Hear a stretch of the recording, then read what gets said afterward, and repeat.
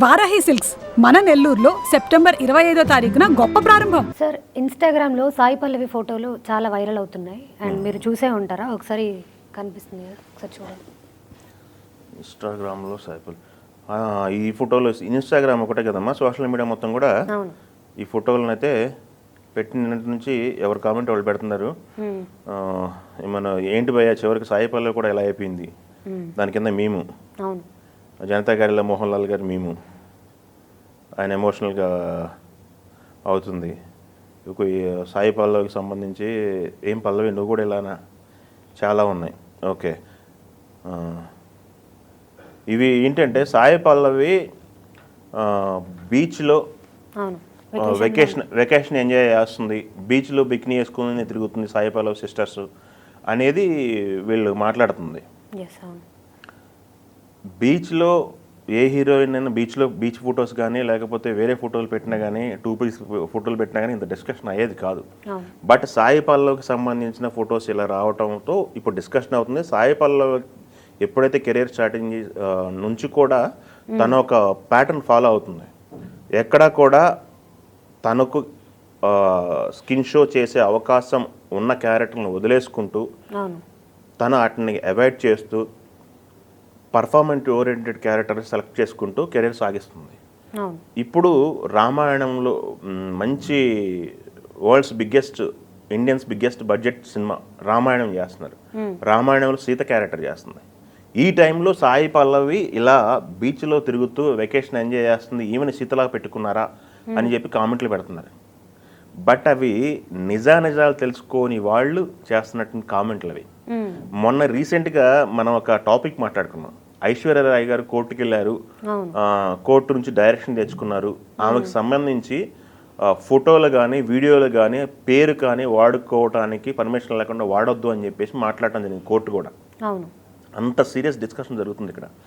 అవి ఏ వీడియోలు, ఆ వీడియోలకు సంబంధించి చాలా అసభ్యకరంగా ఉన్నటువంటి అబ్జెక్టబుల్ వీడియోస్ని ఏఏ ద్వారా కన్వర్ట్ చేసి వాళ్ళు సోషల్ మీడియా వదలడం జరిగింది కొంతమంది. ఇప్పుడు ఈ ఫోటోలు కూడా మార్ఫింగ్ ఫోటోలు అంటారు కదా, అవి వాళ్ళు ఏదైతే అలా బీచ్లో కూర్చొని ఉన్నారో ఇన్స్టాగ్రామ్లో వాళ్ళ సిస్టర్ ఇన్స్టాగ్రామ్లో వాళ్ళ ఫేస్ ఎక్స్ప్రెషన్స్ వరకు తీసుకొని ఇవి వేరే వాళ్ళకి సంబంధించిన ఫోటోలకి జత చేయడం జరిగింది. సో అక్కడ నిజాలు తెలుసుకొని కొంతమంది రియాక్ట్ అవుతున్నారు. సాయి పల్లవి కూడా ఇలా చేస్తుంది ఏంటి, తిను కూడా ఇంతేనా అని చెప్పేసి. ఎందుకు వచ్చింది, తను ఫస్ట్ నుంచి ఒక ప్యాటర్న్ ఫాలో అయింది. వేరే హీరోయిన్లకి తనకి డిఫరెన్స్ ఉందని చెప్పేసి. సో ఎంతవరకు తను క్యారెక్టర్కి ఏం అవసరమో అంతవరకు చేయడానికే తను కట్టుబడి ఉంది. ఫిదా సినిమా ఉంది. ఫిదా సినిమాలో అమెరికాలో ఒక షాట్ ఉంటుంది. ఒక ఏంటి హీరో ఎందుకు నన్ను అవాయిడ్ చేస్తున్నాడు, నేను ఇష్టపడలేదా, పల్లెటూరు అమ్మాయినా లేకపోతే ఇలా ఉండట్లేదనా, మీ సర్కిల్ లాగా ఉండట్లేదని అని చెప్పేసి పైనుంచి ఒక స్టెప్స్ మీద నుంచి ఒక స్కర్ట్ వేసుకుని మొక్కల వరకు స్కర్ట్ వేసుకుని దిగుతూ ఉంటుంది. అప్పుడే సాయి పల్లవికి కథకి ఇంపార్టెన్స్ ఉంది, కథకి సన్నివేశానికి తగ్గట్టు ఉండాలి కాబట్టి అంతవరకు చేసి వదిలేసింది. ఎక్కడా కూడా సాయి పల్లవికి సంబంధించి కథకు సంబంధాలని ఏది చేసిన దాఖలాలు అయితే లేవు. తను ఎప్పుడు ఇన్స్టాగ్రామ్ సోషల్ మీడియాలో ఏ ఫోటోలు పెట్టినా కానీ ఒక నిండుగా చుడిదార్లోనూ శారీలోనూ లేకపోతే సత్యసాయి పుట్టపర్తి సాయిబాబాకు సంబంధించిన ఫోటోలో వాళ్ళ ఆశ్రమానికి సంబంధించిన ఫోటోలో అవే ఎక్కువ ఉంటాయి మొత్తం. మనం ఆల్రెడీ ఫ్యాక్ట్ చెక్ కింద ఈ వీడియో చేస్తుంది కూడా ఫ్యాక్ట్ చెక్ అని చెప్పేసి మనం చేస్తున్నాం, నిజాన్ని బయటికి చెప్పాలని చెప్పేసి.